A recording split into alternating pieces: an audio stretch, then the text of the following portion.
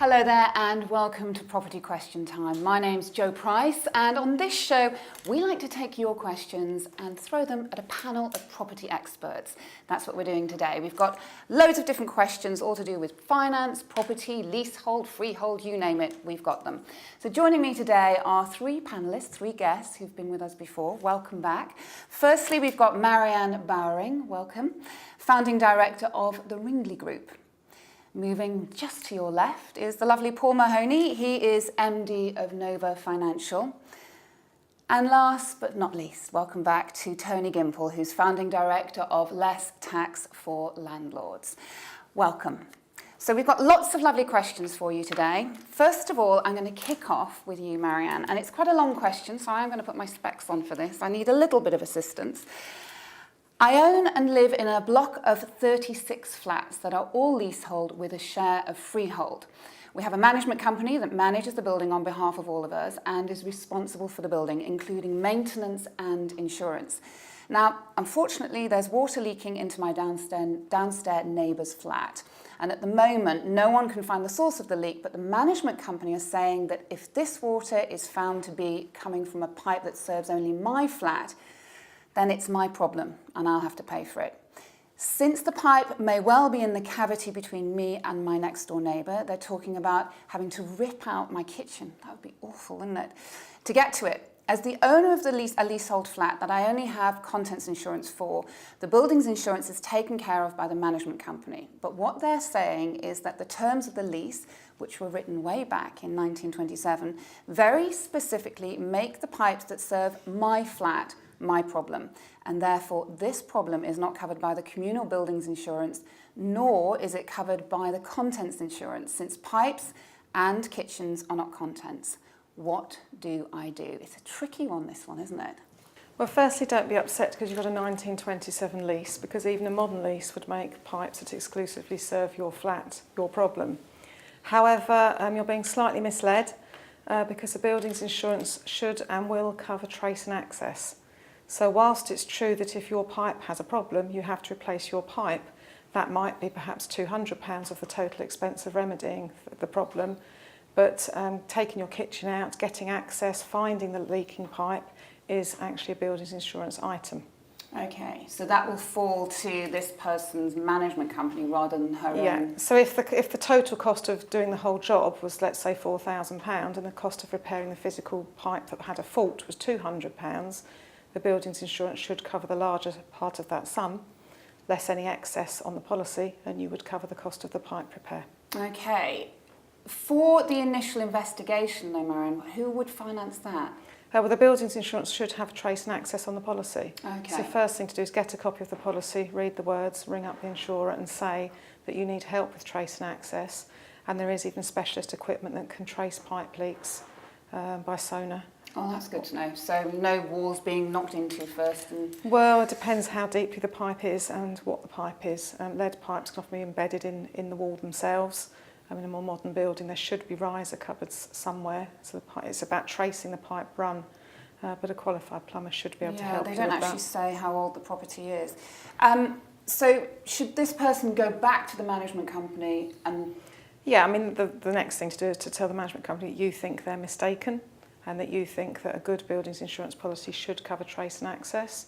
In the unlikely event their policy doesn't, then in theory you'd be looking to them for an inadequate buildings insurance policy. Okay. But I think that's highly unlikely, and you just need to get that policy, read it properly and get your claim started. In that particular case, for example, if it's rare, but would they need legal advice? Would they need to consult a solicitor? Possibly, because if the freehold company hasn't put adequate insurance in place, then that would be some sort of claim against the freehold company. Mm-hmm.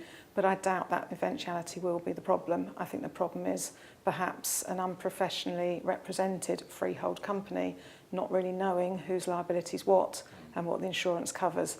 So I think the first thing to get that policy, read it, use the words trace and access and start demanding it on the buildings insurance cost. Great advice, thank you. Just a quick one though, on any contents that have perhaps been damaged by the dam or by the water. Yeah.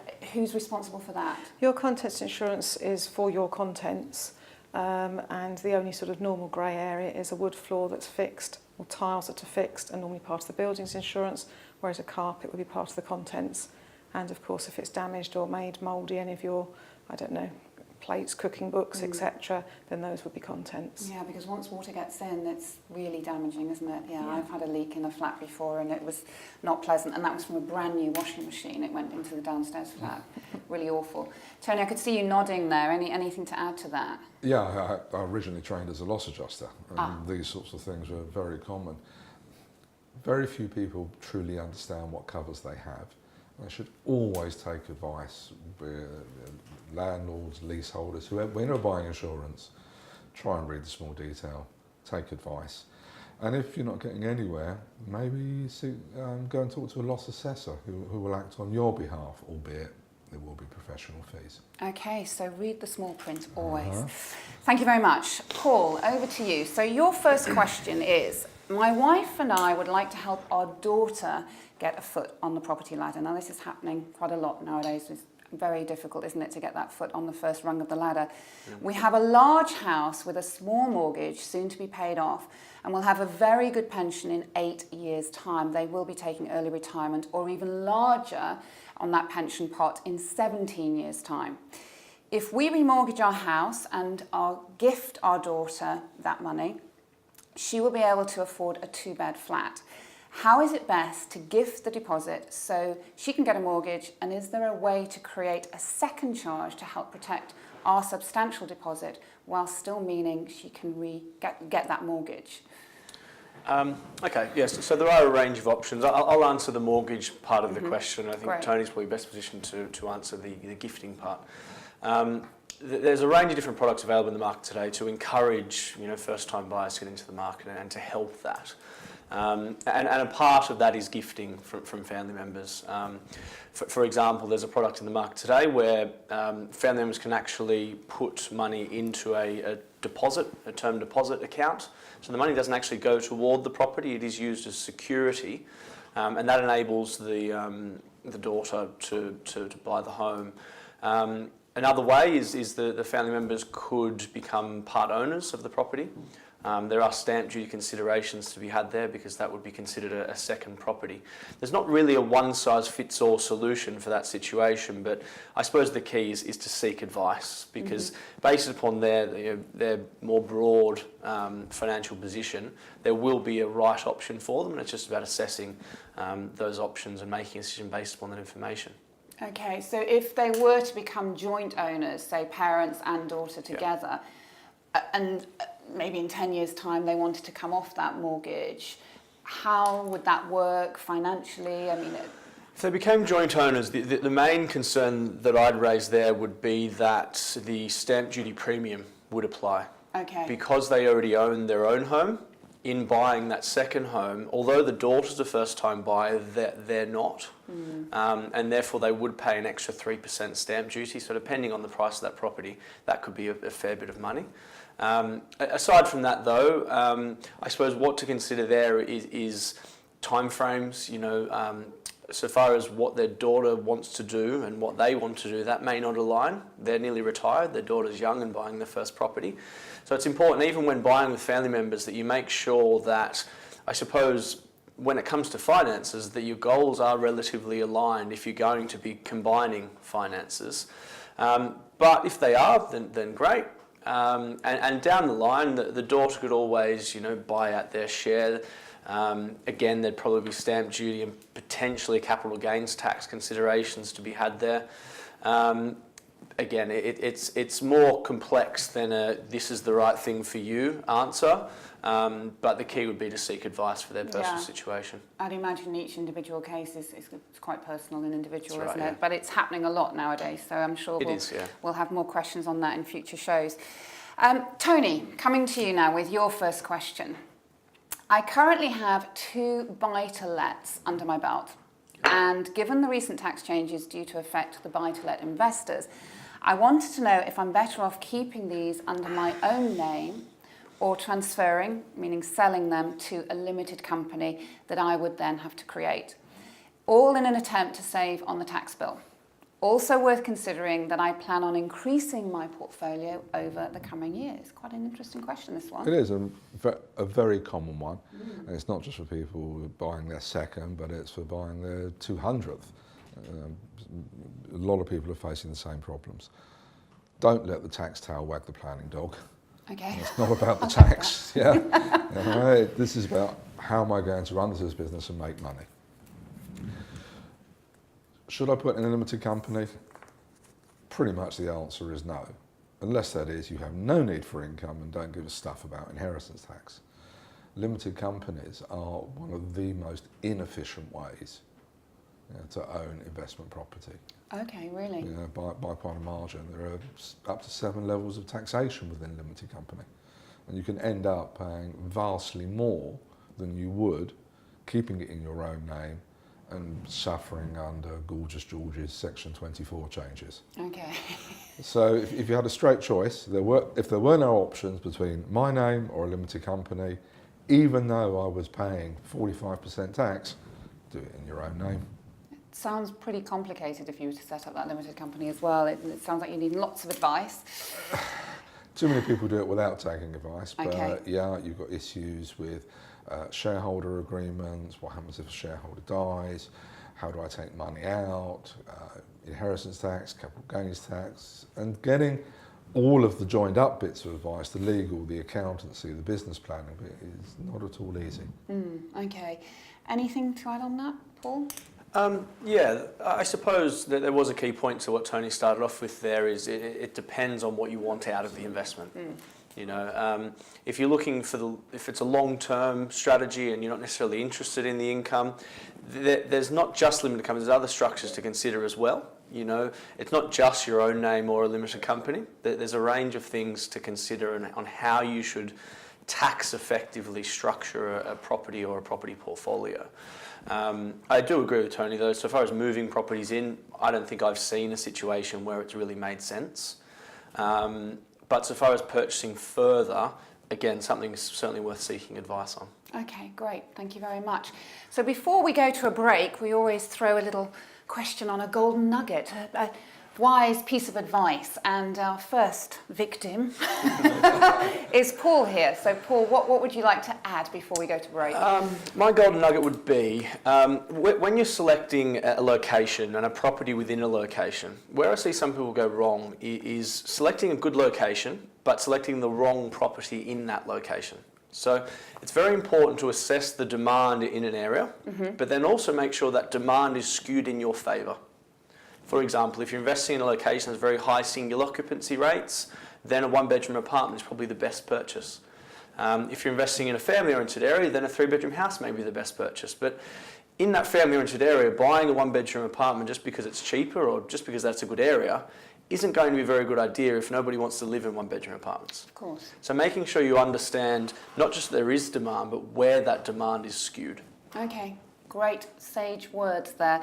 So we'll be back in just a moment with more questions from our expert panel, including questions on capital gains tax and somebody who wants to invest in another property here in the UK and where the demand is right now here in the UK. So we'll be back in just a moment.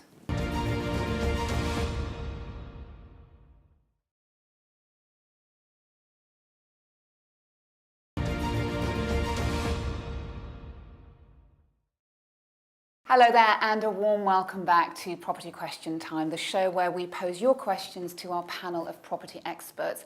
Joining me today is Marianne Bowering, Tony Gimple, and we do have Paul Mahoney.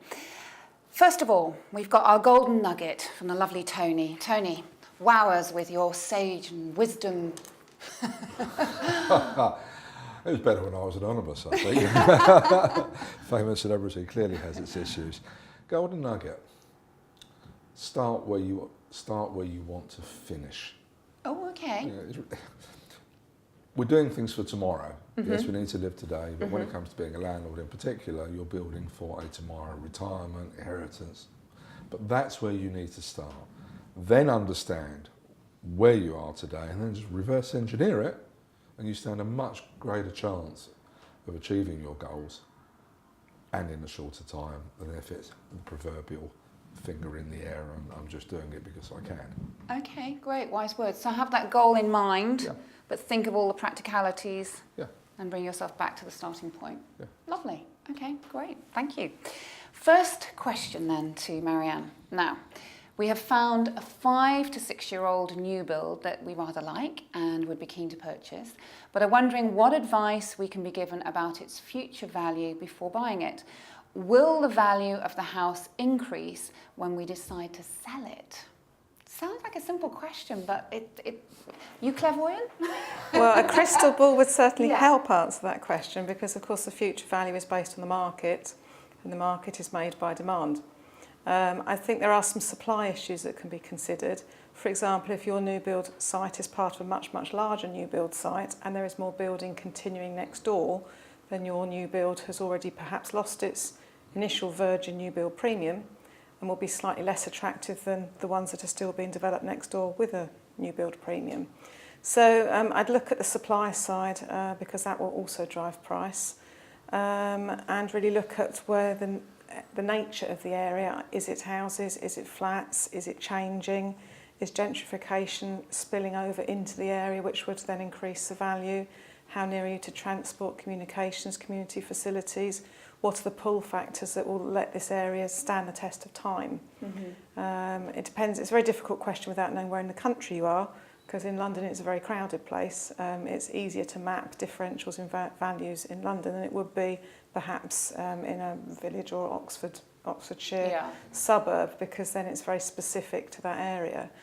Valuers will also always value the price today, looking at evidence perhaps 3 months before today, and prices are therefore set and led by estate agents asking what they think they can get and the strength of demand at that time.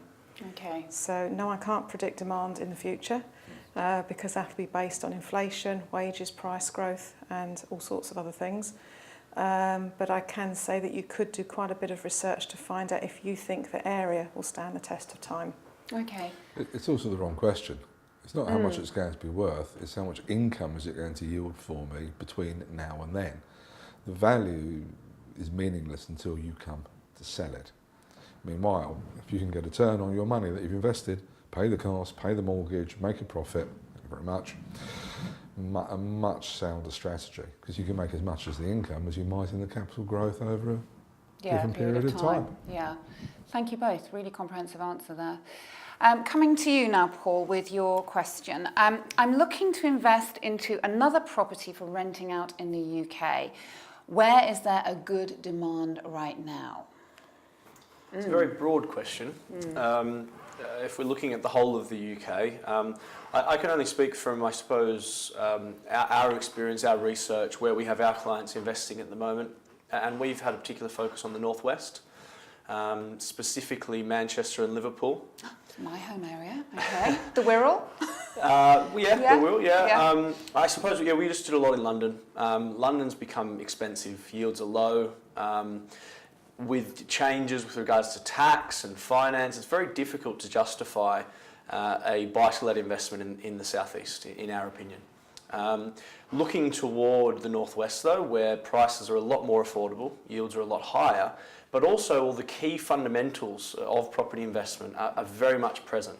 Everything's moving in the right direction so far as job growth, population growth, socioeconomic levels. In the right areas, there is a lack of supply, and there's a significant, strong growing demand. So to answer that question, I would say look to the northwest, but before buying, seek advice. Okay, well, my sister certainly has. She has 3 investment properties in the northwest. So do you think, I know it's only a certain area of property investment and to buy to let, but they are all university cities as well. There's a massive student population in Liverpool, and Manchester has 2 different universities. Yeah. Do you think that has an impact as well? It does have an impact, but I suppose you also need to consider who your target market is. Yeah. Student properties can be a good investment. Purpose-built student properties are generally solely yield-focused, and they're generally a cash purchase. And that works for a certain type of investor and someone who's trying to achieve a certain thing. But in my opinion, the main differentiating factor of property investment, what makes it so good, is the ability for leverage at low interest rates, high loan-to-values over the long term. And therefore, you're applying a relatively small amount of money, but getting your returns on the total value. So generally, we tend to focus on young professionals in central locations, good quality properties in good areas where you know the demand's going to be very sustainable regardless of the state of the economy. And of course, yield is good, income is good, but where you really make your money is in the growth over the longer term. Well, I've definitely been from that area. I've definitely seen, haven't lived there for over 20 years, but definitely seen a massive increase in the amount of money that is around and the amount of properties that are selling and quick turnover and just the prices really. Years ago you could buy a few properties in one street, and now it's certainly not the case. Yeah, we've had some clients who do extremely well, especially in Manchester over the past few years. Yeah, indeed. Thank you very much. Okay, Tony, on to you. A little bit of a tax question now. When I have paid capital gains tax on the gain on a property, do I also have to pay income tax on the final amount I'm left with? And once I've paid off the mortgage, and does this take me into a higher tax bracket for the year? So a few sort of questions around one question there. Did you get all of that? Yeah. Okay, good. Yeah. Nothing like a compound question. Exactly. Okay. CGT is totally separate from income tax. You'll pay CGT, that's it. You won't pay income tax on that same amount. Unless, of course, you reinvest that and the reinvested amount produces an income, then income tax would be payable. Okay, I see. So that's the simple answer. That's a simple question, simple answer. Okay, and is it best to get particular advice on one property regarding that and then look at another way of doing it on another property, or if you have a portfolio, everything applies, or? Why are you selling the property? That's the question. It's not how much tax I'm going to pay. Why would you even want to pay tax in the first place? You need to make the business case. If you've got an underperforming property, depreciation, no real prospects for the future, it may be worthwhile taking a bit of a tax hit in order to free up the capital where you can get a greater return northeast, northwest, whatever. But it's the business case comes first. Why do I have this property in my portfolio? Is it making me money? Okay, I could see you nodding there, Paul. Anything to add to that? I agree. Selling property should always be the last resort, really, because remortgaging property to release equity is really tax-free money. If the price of your property doubles from 200 to 400,000, you can essentially take out that extra 200,000 through remortgaging and reinvest it. But Tony's right. If it's underperforming, if the equity in that property could be better used elsewhere, which I suppose is the question we always ask our clients when they're asking should they be selling, is that 100,000, for example, you've got there. If you had that in your bank account, would you buy that property? Okay. If the answer is no, then you shouldn't have that property. If the answer is yes, then obviously hold on to it. Yeah, great advice. I mean, I know we all go through different times in our lives where we want money quite quickly, maybe illness, sickness, family, helping family, that sort of thing. But really take advice on that, because our props are other ways of doing it rather than selling. Yeah, but if you have to sell it because you really need the money, sell it, take the tax hit, get on with your life. Next. Yeah. No, very good advice. And rounding off this half of the show, we come to our lovely golden nugget from Marianne. So, well, I've been asked to sort of follow up on the tax side. So with my valuer's head on, we do a lot of valuations for both inheritance tax planning and capital gains tax planning, and also valuations which will diminish the price. One way of doing that is a lifetime gift. So if you gift your property to perhaps who might inherit it in the future, that will decrease your tax burden. For a capital gains tax valuation, we've actually got to look at when you acquired the property, because if it was a long time ago, pre-65 or pre-82, the Inland Revenue lets you substitute in 1982 or 65 as your starting price. So we have records going all the way back that far to work out how much the value has increased in that period. We'll then be looking for capital expenditure to factor that into the valuation, and looking at whether the property is at the same par in terms of facilities as other properties today. So there are quite a few different factors to take into account. Capital gains tax valuation isn't just what does the estate agent think it's worth today. There are some clever valuation methods to reduce the burden. Another one is whether the property is owned in joint names, because if the property is owned in joint names, then it's deemed to be undivided shares, and there is a valuation end allowance to again decrease the valuation because it's held in joint names. Oh, I see. So again, you need specialist advice. That's exactly what I was just about to say, because already I'm thinking, I wouldn't know who to ask. But I think financial advice, if you have an accountant, speak to your accountant, go through all the options, really. It sounds like Yeah, I mean, ask the it's quite a valuer. minefield, isn't it? Ask the valuer who's doing it for you if they actually understand about undivided shares, inheritance tax, substituting values, indexation, because the valuer and the accountant will be working very, very closely together. Okay. And the same for the accountant, because not all accountants understand CGT and inheritance tax when it comes to property. Of course. It's a pretty specialist field. Yeah, yeah. I mean, I find that with my own accountant, you know. He wasn't ever dealing with anyone who was in the media or a journalist or presenter or anything, so I've had to almost teach him certain things. But yeah. Why pay you for in the first place? Exactly. But that is crucial, really, isn't it? There's I just mean, 2 rules to follow. On a property, keep receipts of all your capital expenditure. And on inheritance, gift everything as fast as you can. In that, you've got a 7-year period. Yeah. So when you've decided exactly when you're going to die, work back 7 years and gift it on that day. I know, my parents have already done that a few years ago. I know, they did do that a few years ago. I mean, my sister and I were sort of, no, don't do that. It just makes us feel really morbid. But I'm glad they have done it, because I don't want them to lose out on more tax than they've paid in a lifetime anyway. So Yeah, but take advice before doing it. You know, there are some nasty traps there if you're not careful. thank you so much. Thank you, all of you, for joining us on the show again today. And thank you for watching. Don't forget, if you have any question on anything to do related to property, all you have to do is email us here at Property TV. The email address is info@property-tv.co.uk, or you can, of course, go to our website or catch up on a Property TV app. You can download that as well. So thank you so much for joining us, and look forward to seeing you soon. Bye-bye.